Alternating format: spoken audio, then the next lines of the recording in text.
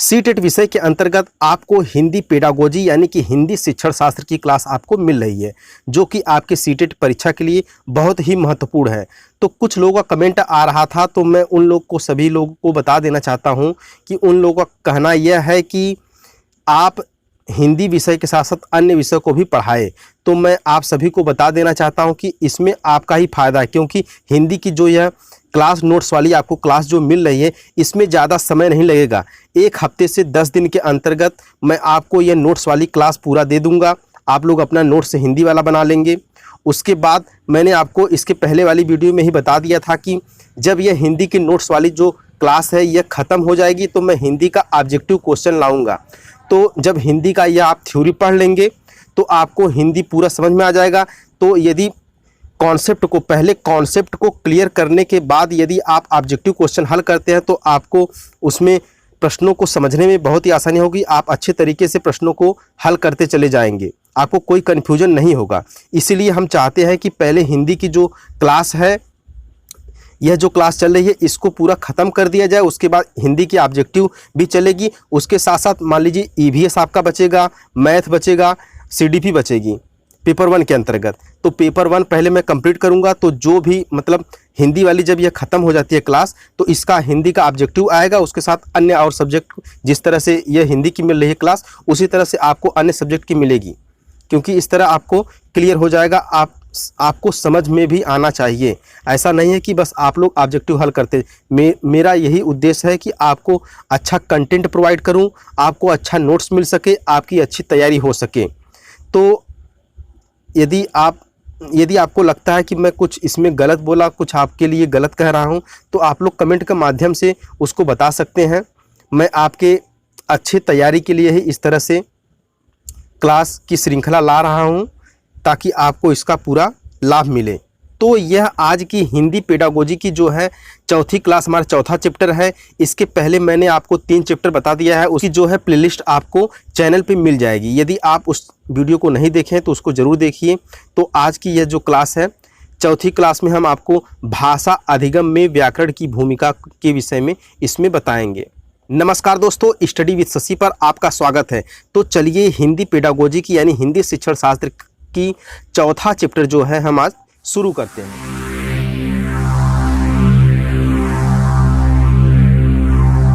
जैसा कि मैंने आपको बताया कि इसके पहले की वीडियो में मैंने आपको 3 चैप्टर करा दिए हैं, यह चौथा चैप्टर है। यदि आप उसको नहीं देखें तो उसको जरूर देखिए।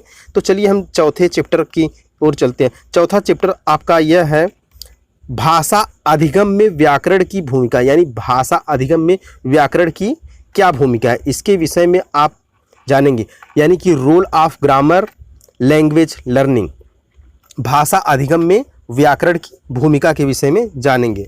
तो चलिए इसके अंतर्गत हम आपको बताते हैं। एक तरफ से आप अंत तक वीडियो में बने रहिए, समझने की पूरी कोशिश करिएगा। आप लोग ज़्यादा रटने पर जोर मत दीजिएगा। तो एक तरफ से आप लोग वीडियो को देखते चलेंगे, आपको सभी चीज़ें क्लियर होती चली जाएंगी। और एक बार पहले वीडियो को देखिएगा, पूरा समझने की कोशिश करिएगा, उसके बाद दूसरी बार प्ले करिएगा, तब आप नोट्स में अपना लिखना प्रारंभ करिएगा। भाषा का व्याकरण ही भाषा का मूल रूप होता है। व्याकरण क्या होता है? मूल रूप होता है। व्याकरण के बिना भाषा का अस्तित्व समाप्त हो जाएगा। भाषा में सदैव परिवर्तन होता रहता है। भाषा में क्या होता है? परिवर्तन होता रहता है।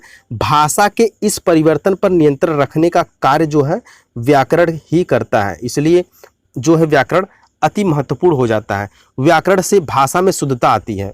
व्याकरण के द्वारा ही भाषा में क्या आती है? शुद्धता आती है। व्याकरण से विभिन्न ध्वनियों व विभिन्न शब्द रूपों का ज्ञान होता है। व्याकरण के बिना भाषा शिक्षण एक कठिन कार्य है। बच्चों को भाषा के नियम सिखाने के लिए व्याकरण की आवश्यकता होती है। यदि नियम की बात आती है तो वहाँ पे व्याकरण की, यदि हम भाषा के नियम को बताने जा रहे हैं बच्चों को, तो व्याकरण की आवश्यकता वहाँ पर पड़ेगी। अब यहाँ पर बहुत ही महत्वपूर्ण चीज़ आपको नोट करके बताया गया है। नोट में आपका यही दिया गया है कि प्राथमिक स्तर पर, यहाँ बात किसकी आ रही है? प्राथमिक स्तर पर बच्चों को व्याकरण नहीं पढ़ाया, यानी प्राथमिक स्तर पर जो बच्चे कक्षा 1 से 5 तक व्याकरण नहीं पढ़ाया जाता। इस बात को आप लोग बहुत ही ध्यान से देख लीजिए, समझ लीजिए।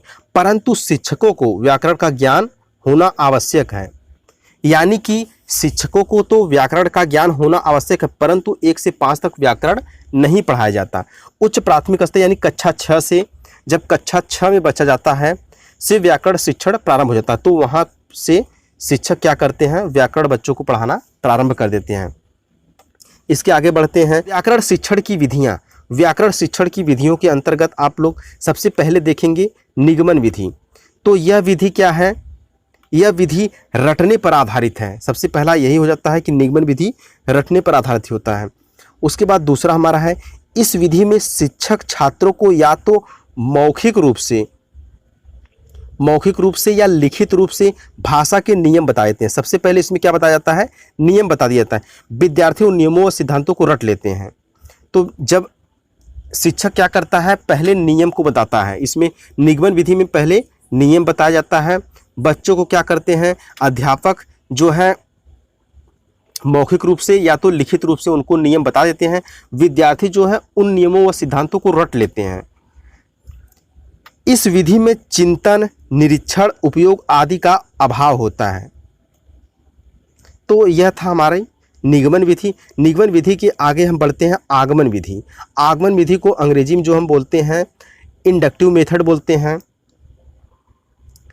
इसको भी आप लोग देखते चलिए एक तरफ से।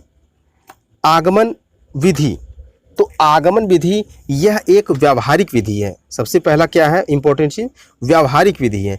इसमें बच्चे कुछ उदाहरण के आधार पर स्वयं नियम बनाते हैं। तो इसमें सबसे पहले आप समझ लीजिए कि आगमन विधि में सबसे पहले जो है निगमन विधि में, निगमन विधि का उल्टा यह होता है, उसमें पहले नियम बताया जाता था, उसके बाद उदाहरण। परंतु आगमन विधि में सबसे पहले उदाहरण बताया जाएगा। इस विधि में बच्चे निम्न चरणों से गुजरते हैं। कैसे? सर्वप्रथम बच्चों के सामने उदाहरण प्रस्तुत। मैंने भी आपको यह बात बताई कि सबसे पहले क्या है? उदाहरण बताए जाते हैं, प्रस्तुत किए जाते हैं। बच्चे उन उदाहरणों का निरीक्षण करते हैं, यानी समझते हैं उनको, निरीक्षण करते हैं। निरीक्षण के दौरान बच्चों को जो समानताएं मिलती हैं वे उन्हें नियम के रूप में स्वीकार करते हैं। इसे सामान्यीकरण, यानी कि बच्चे जब शिक्षक जो है बच्चों के सामने उदाहरण प्रस्तुत करते हैं तो उदाहरण में जो समानताएं मिलती हैं उसको बच्चा समझ लेता है, यानी स्वयं करके सीखता है, नियम के रूप में स्वीकार करते हैं। इसे सामान्य, यानी जब उन बच्चों को उदाहरण में कुछ समानताएं मिलती हैं, समझ जाता है, अंत में वे नियम का परीक्षण करते हैं। तो इस तरह से आगमन विधि हो गई, अंत में वे परीक्षण करते हैं। यानी कि निगमन विधि जो है आगमन विधि का उल्टा है, या तो कह लीजिए आगमन विधि निगमन विधि का उल्टा है। एक दूसरे का विपरीत होता है आगमन और निगमन। निगमन में सबसे पहले नियम बताया जाता है और आगमन में सबसे पहले जो है उदाहरण बताया जाता है। इस बात को आप लोग ध्यान में रखेंगे। अब प्रयोग विधि। प्रयोग विधि जो हमारी है एक्सपेरिमेंट मेथड। प्रयोग विधि में क्या है? यह विधि आगमन विधि से मिलती जुलती है। इसमें आंकड़ों उदाहरणों का प्रयोग करके निष्कर्ष निकालते हैं या निकाले जाते हैं। संसर्ग विधि देख लीजिए।